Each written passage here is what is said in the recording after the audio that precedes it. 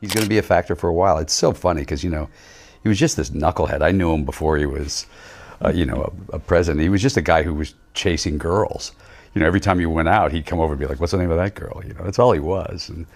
And the idea that there's this whole group of people that, you know, that they think he's the champion of, which he certainly can't stand in real life. But, you know, he's gonna play this out for a while, and we'll see where we go with it as a country.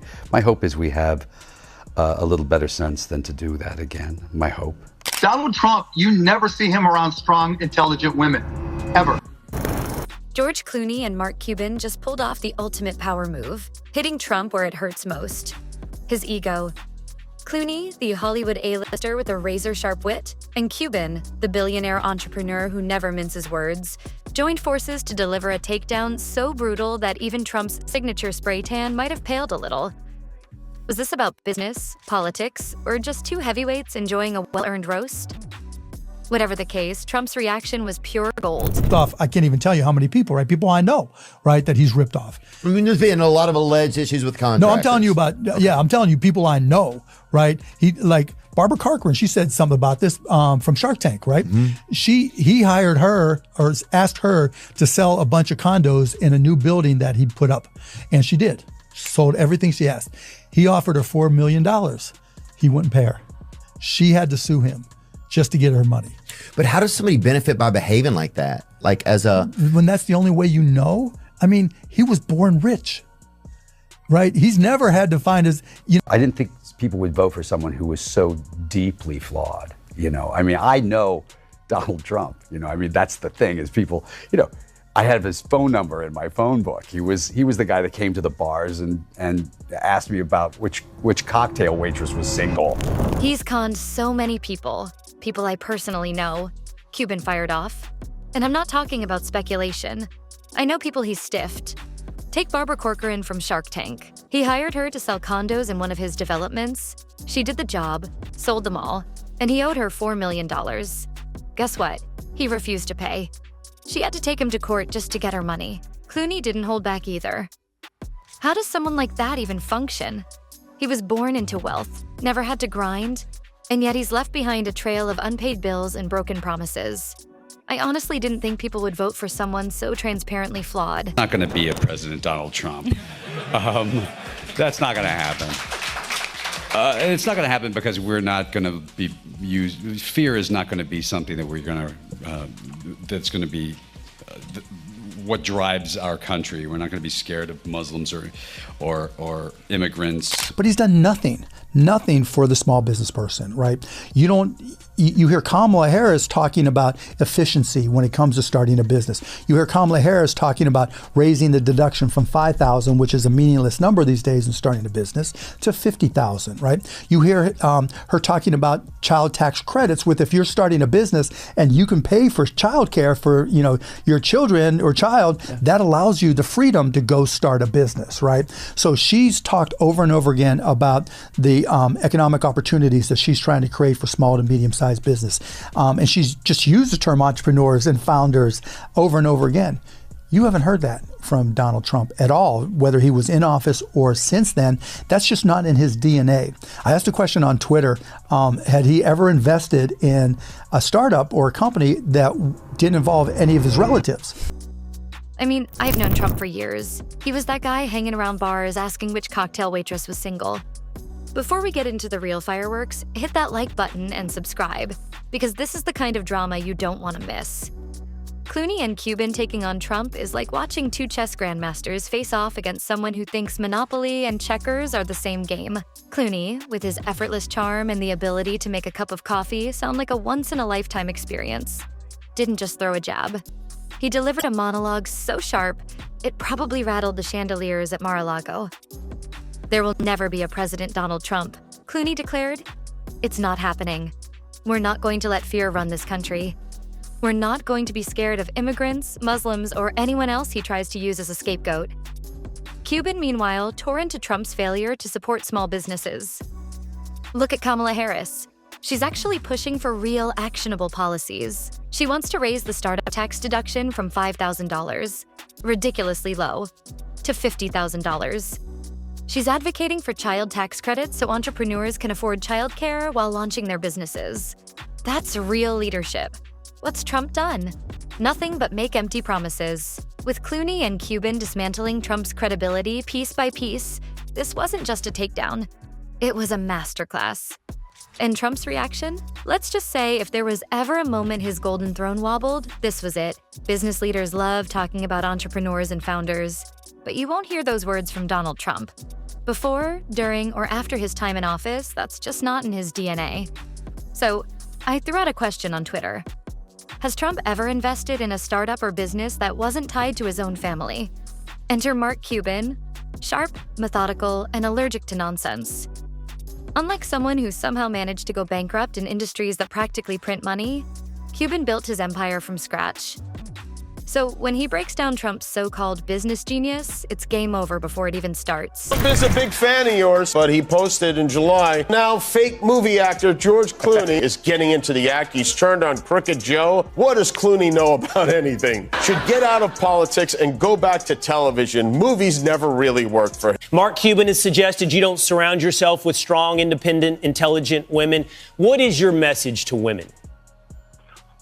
Well, I know Mark very well. He's a very insecure guy. Can't hit a golf ball more than 50 yards. He's weak physically and mentally, as far as I'm concerned. But I've known him for a long time. He would call me in the White House incessantly.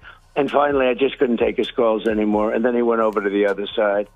And he's a guy that wants publicity. When he said that, and he's totally retracted his statement, like, weak people always do. They retract their statements. I'm like, Donald, why don't you go to a local small business and sit there at the table and just show off your business chops, right? And show people your business. He goes, Mark, Donald Trump and Mark Cuban don't go to people's houses and have dinner. Are you kidding me? Trump initially sold himself as a businessman, an outsider who could shake up politics. But then he started talking. He had a real chance to be different, to bring change, but he just wasn't willing to do the work. He's lazy. And the best part? The inevitable Trump meltdown. If there's one thing more predictable than his spray tan, it's his spiral when someone credible calls him out. Cue the usual AI-generated sounding rant, desperate attempts to discredit critics, and maybe even a bizarre tangent about wind turbines. Meanwhile, Cuban and George Clooney are probably kicking back, sipping espresso, and watching the chaos unfold. Trump, of course, had something to say. In July, he posted, "Now fake movie actor George Clooney is getting into the act. He's turned on Crooked Joe. What does Clooney know about anything? Should get out of politics and go back to television." Movies never really worked for him. Cuban, on the other hand, took aim at the lack of strong, independent women in Trump's circle. When asked for a response, Trump fired back in classic fashion. "I know Mark very well. He's a very insecure guy. Can't hit a golf ball more than 50 yards. He's weak, physically and mentally. He used to call me at the White House all the time. And eventually, I just stopped answering. He's desperate for publicity." And like all weak people, he retracted his statement. But Clooney didn't just throw a jab. He dismantled Trump with the precision of a director tearing apart a bad script. This wasn't about policy failures or questionable decisions. It was about the absurdity of Trump as a brand. At this point, he's less of a political figure and more of a walking, talking, all-caps meme. Clooney, with his signature mix of charm and razor-sharp wit, made one thing painfully clear. Trump's leadership skills are about as convincing as a late-night infomercial. Cuban added fuel to the fire. "Donald, why don't you sit down at a local small business, show off your business knowledge, and prove you actually know what you're doing?" But let's be honest, Trump and Cuban weren't about to sit down for dinner anytime soon. And that wasn't even the best part. Clooney didn't just poke holes in Trump's credibility. He set it ablaze, lit a cigar with the flames, and walked away like the lead in an action movie. He exposed Trump's so-called success as nothing more than smoke and mirrors, like a guy flashing a fake Rolex and claiming to own the company. The reality? Instead of a legitimate boardroom, Trump's empire is a gaudy resort that looks like a Vegas casino designed by someone who thinks chandeliers fix everything.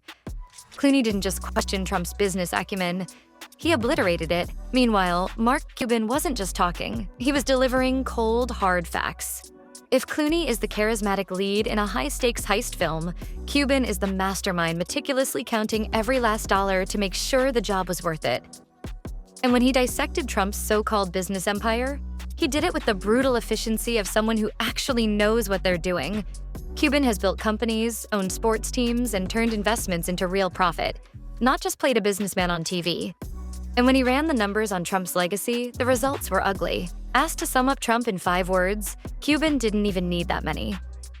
I can't. Too many words. Then he cut straight to the truth. Ultimately, in over his head. In a devastating way. There's a huge difference between calling yourself a business genius and actually being one. According to Cuban, Trump's record is more cautionary tale than success story. Failed casinos, endless lawsuits, shady tax dodges.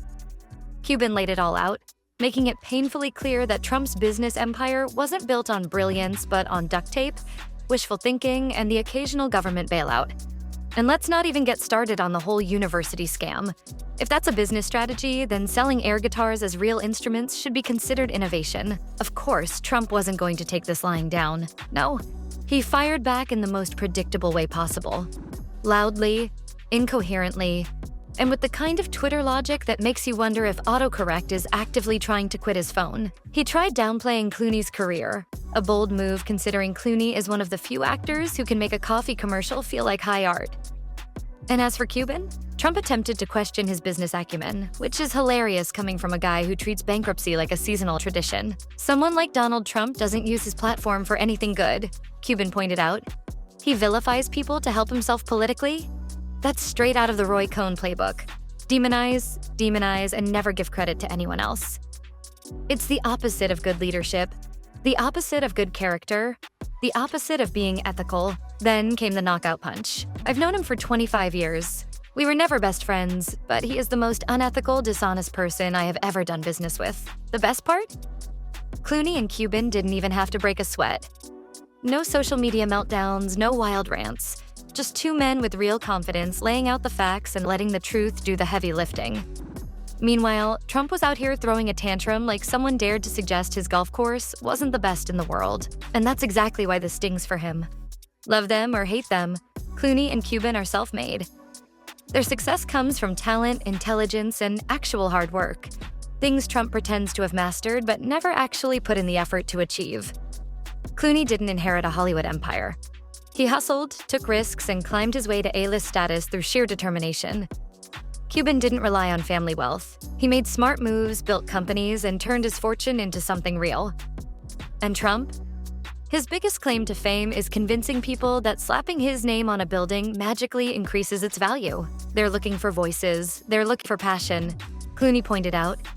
But just being a celebrity, that's probably not the best qualification for being president. And let's be honest, Trump has been proving that point better than anyone ever could. At this point, it's not even a debate.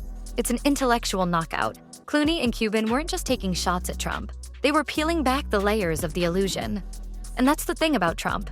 His entire persona thrives on smoke and mirrors, on selling an image of power and success.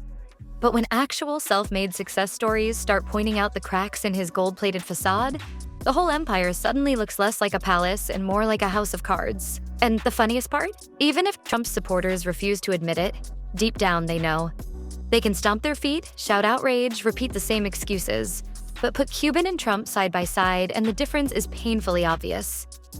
One built businesses. The other just plays a businessman on TV. One understands money. The other treats it like monopoly cash.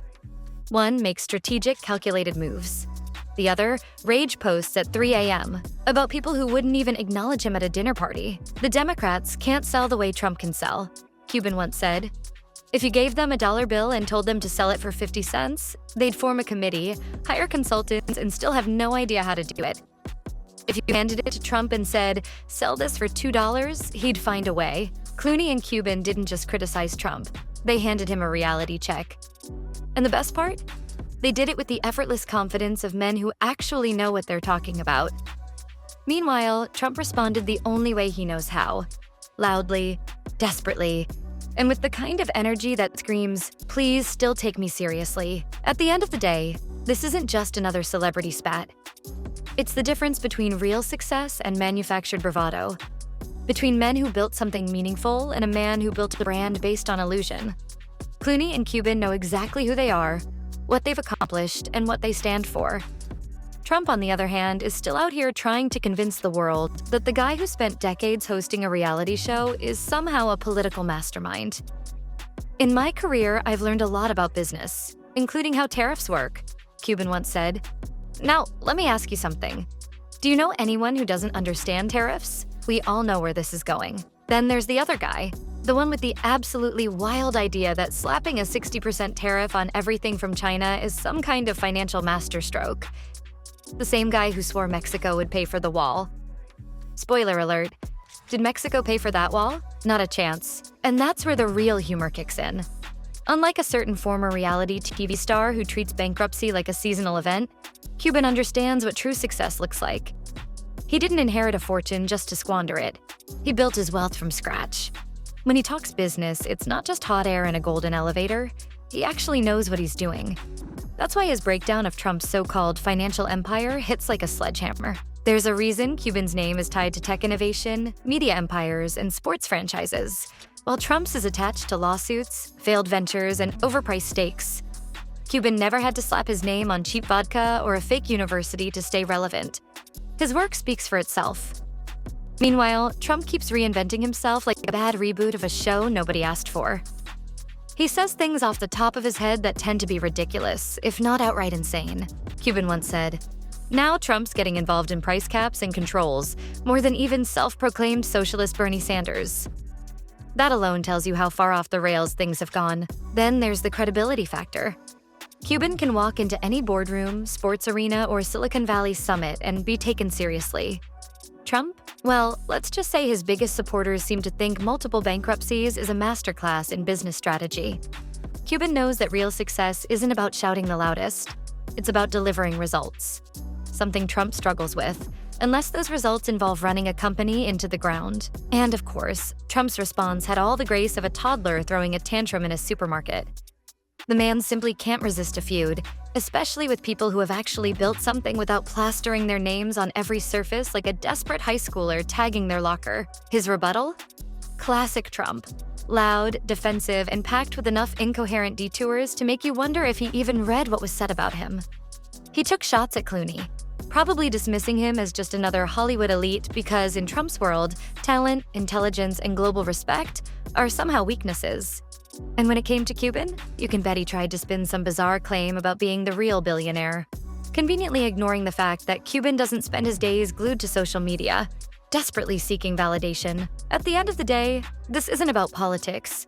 It's about reality. Cuban and Clooney didn't just take shots at Trump. They pulled back the curtain, exposed the illusion, and left him scrambling to convince the world he's still in control.